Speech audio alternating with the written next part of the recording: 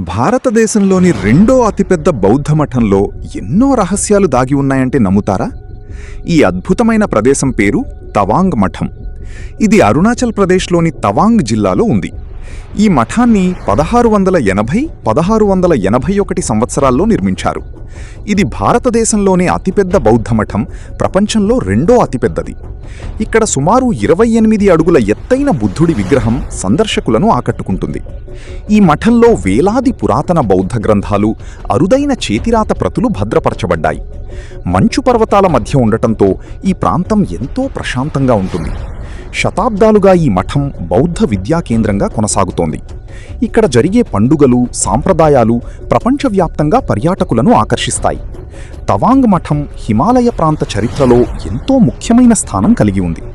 దీని నిర్మాణ శైలి, కళాఖండాలు అద్భుతంగా ఉంటాయి. ప్రతి సంవత్సరం వేలాది మంది భక్తులు, పర్యాటకులు ఈ మఠాన్ని సందర్శిస్తారు. ఈ ప్రదేశం ప్రకృతి, చరిత్ర, ఆధ్యాత్మికత కలిసిన అరుదైన అద్భుతం.